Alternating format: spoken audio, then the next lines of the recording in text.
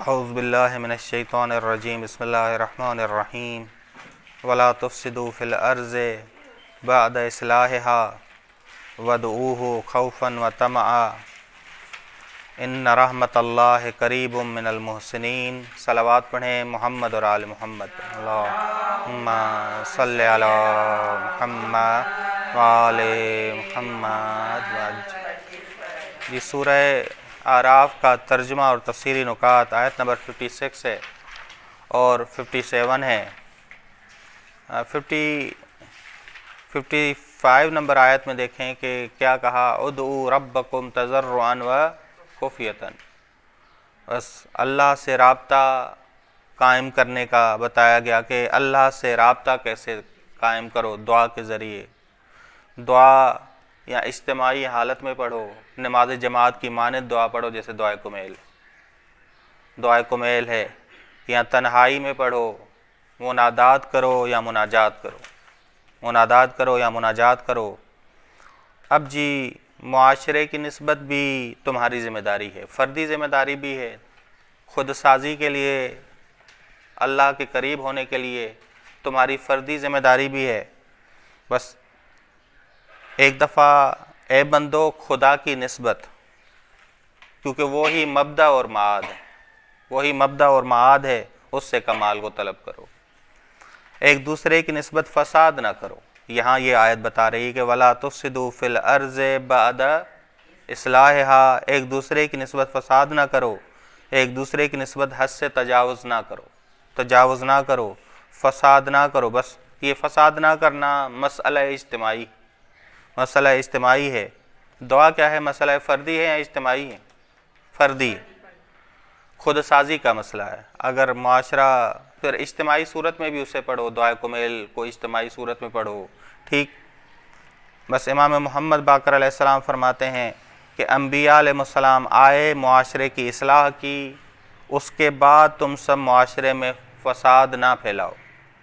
اس آیت کے ذیل میں امام تفسیر میں فرماتے ہیں کہ وَلَا تُفْسِدُوا فِي الْأَرْضِ، بس ایک معاشرہ ٹھیک چل رہا ہے تو اس ٹھیک معاشرے میں آ کے ایک شاعر کی ذمہ داری، ایک ممبر پہ بیٹھنے والے کی ذمہ داری کیا ہے کہ وہ فساد کی طرف معاشرے کو نہ لے جائے۔ یا اگر معاشرہ ٹھیک نہیں ہے تو اس کی ذمہ داری کیا بنتی ہے کہ صحیح عقائد اور صحیح اعمال کی طرف لوگوں کو لے جائے، صحیح اعمال کی طرف لے جائے لوگوں کو، ٹھیک۔ بس کون سا گروہ ہے جو فساد سے محفوظ رہتا ہے؟ دیکھیے گا، وَلَا تُفْسِدُوا فِي الْأَرْضِ بَعْدَ إِصْلَاحِهَا وَادْعُوهُ خَوْفًا وَطَمَعًا۔ وہ گروہ محفوظ رہتا ہے جو اللہ سے رابطے میں رہے، دعا کرتا رہے، خوف اور امید کے درمیان ہو۔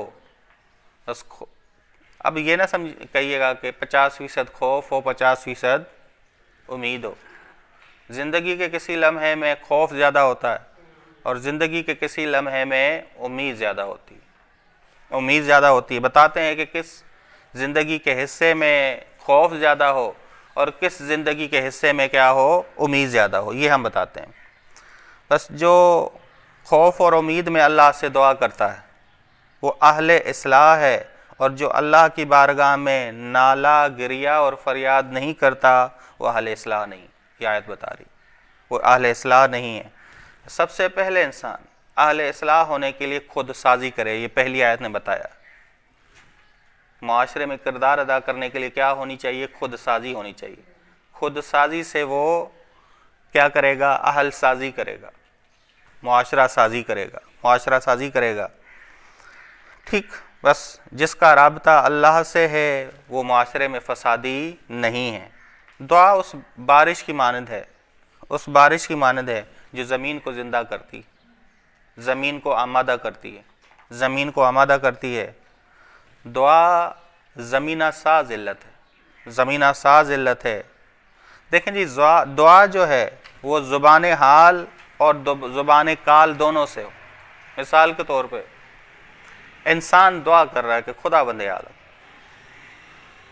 ظالم کو مجھ پر مسلط نہ کر، یہ دعا ہے، اسے کہتے ہیں زبان کال۔ بولنے والی زبان سے وہ کہہ رہا ہے کہ خداوند عالم میرے اوپر ظالم کو مسلط نہ کر.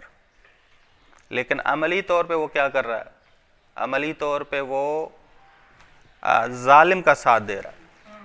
ظالم کا ساتھ دے رہا ہے تو یہ دعا مقبول نہیں ہے، کیونکہ زبان حال سے گویا یہ دعا کر رہا ہے کہ خدا مجھ پر ظالم کو مسلط کر، مجھ پر ظالم کو مسلط کر. بس یہ ذہن میں رکھیے گا، دعا زبان حال اور زبان قال سے ہو، دونوں سے ہو. بس ہمارا زبان حال اہم ہے. ہم زبان حال سے اگر کوئی کام کر رہے ہیں تو دعا برعکس ہو جائے گی. زبان سے کچھ اور کہہ رہے ہیں، عمل سے کچھ اور کہہ رہے ہیں، تو پھر ہمارا معاملہ کچھ اور ہو جائے گا. ٹھیک، عمل اور دل سے. جی بس دعا خوفا و طمعا. خوف یعنی کیا؟ راہبانہ دعائیں، خوف میں ہو، خوف میں دعائیں. اور طمع یعنی راغبانہ دعائیں، راغبانہ دعائیں، خوف اور امید کے درمیان ہو ہم. یعنی گویا آیت کا مطلب یہ ہوگا، دیکھیں وَدْعُوهُ خَوْفًا وَطَمَعًا یعنی کیا؟ وَدْعُوهُ خَوْفًا مِّنَ النَّارِ وَطَمَعًا مِّنَ الْجَنَّةِ، کہ اللہ کو پکارو جہنم کے خوف میں اور جنت کی امید میں، جنت میں. بس ایسے لوگ جو خدا خوفی میں گریا کرتے ہیں وہ بنتے کیا ہیں؟ وہ محسنین بنتے ہیں، راہ احسان پر ہیں. اور انک رحمت اللہ قریب من المحسنین، اور بے شک اللہ کی رحمت محسنین کے کیا ہے؟ قریب ہے. اب جی سوال، یہ جو خوف اور امید کے درمیان ہوں ہم، یہ خوف اور امید کے درمیان ہوں، تو خوف کتنا ہو اور امید کتنی؟ خوف کتنا ہو؟ جوانی میں ہمارا خوف زیادہ ہو امید سے، ہماری جوانی خوف خدا خوفی سے زیادہ ہو. اور جب بڑھاپا آ جائے تو ہماری امید زیادہ ہو جائے بنسبت کس کے؟ کیونکہ ہمارے بڑھاپے میں ہم اتنے عمل نہیں کر سکتے. بس محنت کی ہے، اگر جوانی میں محنت کی ہے تو پھر بڑھاپے میں کیا ہوگا؟ بڑھاپے میں امید زیادہ ہو جائے خوف کی نسبت. ایسا نہ ہو کہ خوف زیادہ ہو جائے اور انسان مایوس ہو جائے، انسان مایوس ہو جائے. بس یہ جو خوف ہے اور امید ہے، یہ زندگی کی جو حصے ہیں اس اعتبار سے ہے. ٹھیک.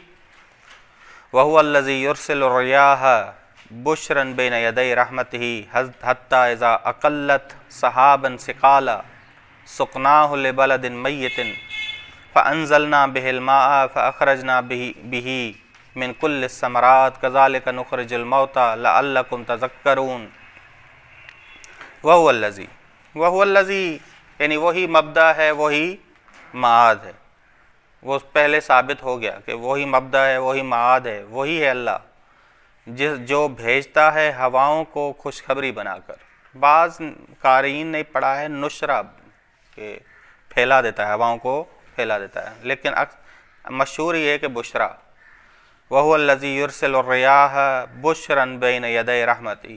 بس اپنی رحمت سے پہلے، رحمت نہیں بارش، رحمت نہیں بارش، یہاں رحمت سے مراد بارش ہے، کہ خدا ہواؤں کو بھیجتا ہے خوشخبری کے طور پہ اپنی رحمت سے پہلے. حتیٰ اذا اقلت، یہاں تک کہ اقلت اقلال یعنی یہاں تک کہ وہ ہوائیں بوجھ اٹھا کر لے آتی ہیں سحاباً ثقالا، وزنی بادلوں کو، تاکہ ہم سیراب کریں لبلد میت. اسی طرح دعا بھی بارش کی مانند ہے. جب بندہ تو دعا کرتا ہے تو یہ خدا کے رحمت کے نازل ہونے سے پہلے ہوا کی مانند ہے، ٹھنڈی ہوا کی مانند ہے. بس زبان حال سے بھی دعا کریں، زبان قال سے بھی دعا کریں تو یہ ٹھنڈی ہوا کی مانند ہے، بارش کی مانند ہے. اور یہ زمین کو، ہمارے دل کو آباد کرنے کے لیے، ہمارے دل کو اور زمین کو زندہ کرنے کے لیے. سکنا ہو، ہم اسے سیراب کرتے ہیں لبلد میت، ہم مردہ زمین کو سیراب کرتے ہیں اور زندہ کرتے ہیں. فَأَنزَلْنَا بِهِ الْمَاءَ، بس ہم نازل کرتے ہیں اس ہوا کے ذریعے پانی کو، بارش کو، بارش رحمت کو، مغفرت کو، رحمت کو، عفو و درگزر کو. فَأَخْرَجْنَا بِهِ مِنْ كُلِّ الثَّمَرَاتِ، اور ہم نکالتے ہیں اس کے ذریعے تمام ثمرات. ٹھیک. پھر خدا کی مغفرت کے بعد کوئی محسن نکلتا ہے، کوئی مومن نکلتا ہے، تمام پھل ظاہری بھی مراد لیجیے گا، معنوی بھی مراد لیجیے گا، کذالک نخرج الموتیٰ، اسی طرح ہم مردوں کو زندہ کرتے ہیں۔ اگر گناہ انسان کو مردہ کر دے تو ایک دفعہ اگر توبہ کرے، استغفار کرے، دعا کرے، زبان حال اور زبان قال سے دعا کرے اللہ کی بارگاہ میں، تو ہم اس مردے کو زندہ کرتے ہیں۔ اسی طرح ہم معاد پر قادر ہیں، اسی طرح ہم معاد پر قادر ہیں تاکہ تم نصیحت لو، تذکر لو، بیدار ہو جاؤ، بیدار ہو جاؤ، غفلت سے نکل جاؤ۔ اہم جو مطلب ہے اول تو یہ ہے کہ وَدْعُوهُ خَوْفًا وَطَمَعًا، ایک اور جو اس کی تفسیر کی گئی ہے وہ یہ ہے کہ اللہ کو پکارو، اللہ سے دعا کرو عدالت کے خوف میں اور فضل خدا کی امید میں، فضل خدا کی امید میں۔ بس اللہ کو ایک دفعہ کا خوفا من النار وطمعا من الجنہ، ایک اور تفسیر کی گئی ہے کہ خوفا من عدل اللہ، عدالت خدا سے خوف کھاؤ، وطمعا من فضل اللہ، اور فضل خدا سے کی امید رکھو، فضل خدا کی تمہیں امید ہو۔ اہم مطلب جو آیت نمبر 57 نے بتایا وہ یہ ہے کہ ہوائیں الہی رسالت کو اپنے ذمے لیے ہوئے ہیں، وہ بھی ایک الہی رسالت کو انجام دے رہی ہیں کہ وہ بادلوں کو لے آتی ہیں اور بارش ان کے ذریعے برستی ہے، ان کے ذریعے بارش برستی ہے۔ اقلت اقلال سے ہے نہیں، حمل کرنا، بوجھ اٹھانا، بوجھ اٹھا کے ایک جگہ سے دوسری جگہ لے جانا۔ بس اقلت سے مراد ہی نہ لیجیے گا صرف بوجھ اٹھانا، بوجھ اٹھا کے ایک جگہ سے دوسری جگہ لے جانا، پہنچانا۔ اللہ تعالیٰ نے بادلوں کو ثقال کہا ہے، دیکھیں سحاباً ثقالا، ثقال کہا ہے۔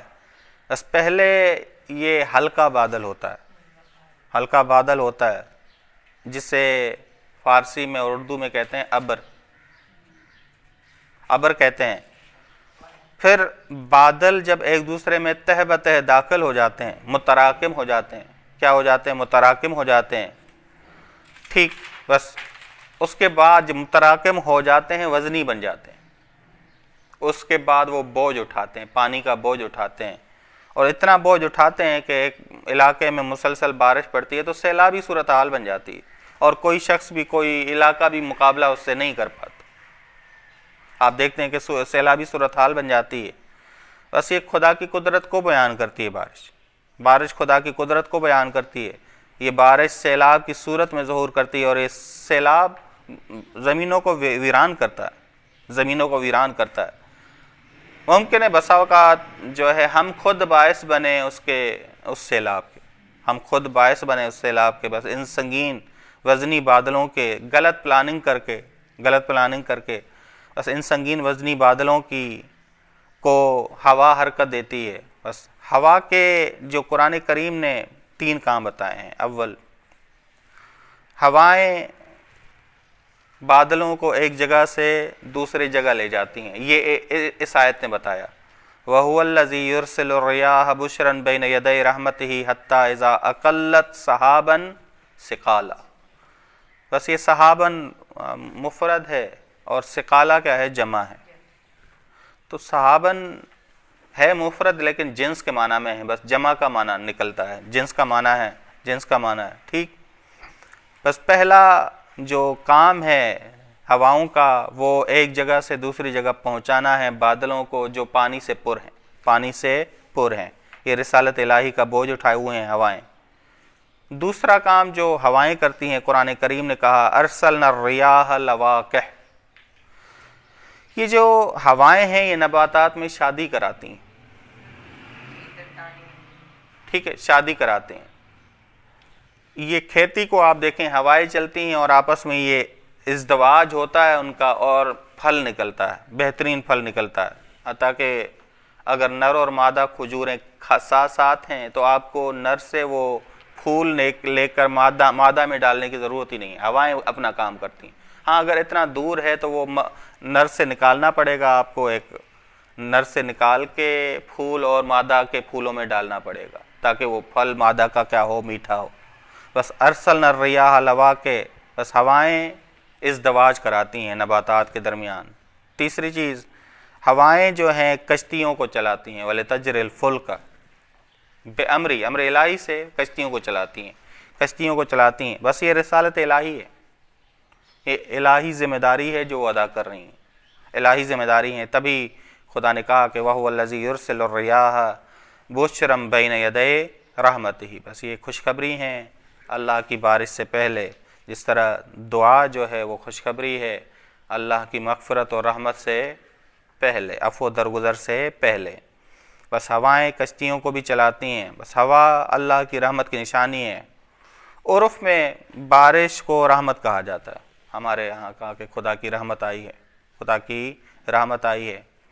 بشرم بین یدی رحمت ہی حتیٰ اذا اقلت، بس اقلال کا معنی حمل کرنا ہے، حمل کر کے اٹھا کے ایک جگہ سے دوسری جگہ پہنچانا ہے۔ سکنا ہو کہ ہم سیراب کرتے ہیں، ہو ضمیر مفرد آئی ہے، ٹھیک ہے نا، مفرد آئی ہے کیونکہ صحاب کو مد نظر، لفظی لحاظ سے صحاب کو مد، لیکن معنی اس کا جنس کا نکلے گا، جمع کا نکلے گا، بادل کہیں گے، ایک بادل نہیں بلکہ بہت سارے بادل۔ تو سکالہ جو ہے جمع ہے، بس مردہ زمین زندہ ہوتی ہے، زندگی ملتی ہے اسے۔ یہ زندگی کون سی ہے؟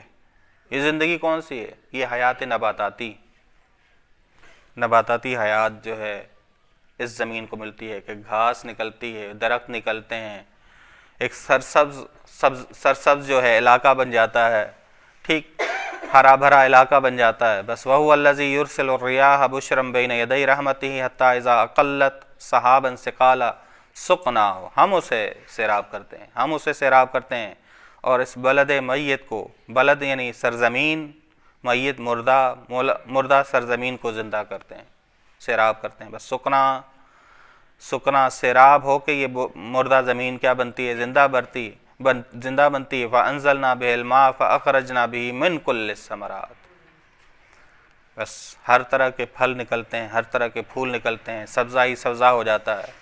اسی طرح دعا کا کام بھی کہ تمہارا دل ایک مردہ زمین ہے، دعا کے ذریعے زندہ ہوتا ہے، دعا کے ذریعے زندہ ہوتا ہے، اور تم سے ہر پھل نکل سکتا ہے۔ انسان کا رابطہ کبھی ہوگا خداوند عالم سے تو وہ محسن بھی بنے گا، مستغفر بھی بنے گا، صابر بھی بنے گا، سارا کچھ یہ پھل نکلتے جائیں گے۔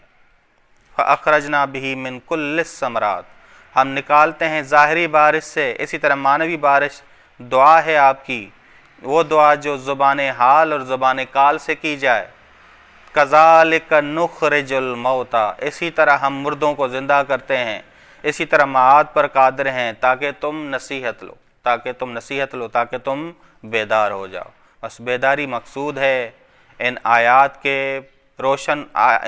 کو روشن طرح سے بیان کرنے کا مقصد ہے کہ تم بیدار ہو جاؤ۔ وصلی اللہ علی محمد اہل بیتہ الطیبین الطاہرین، اللہم صلی علی محمد وآل محمد وعجل فرجہم۔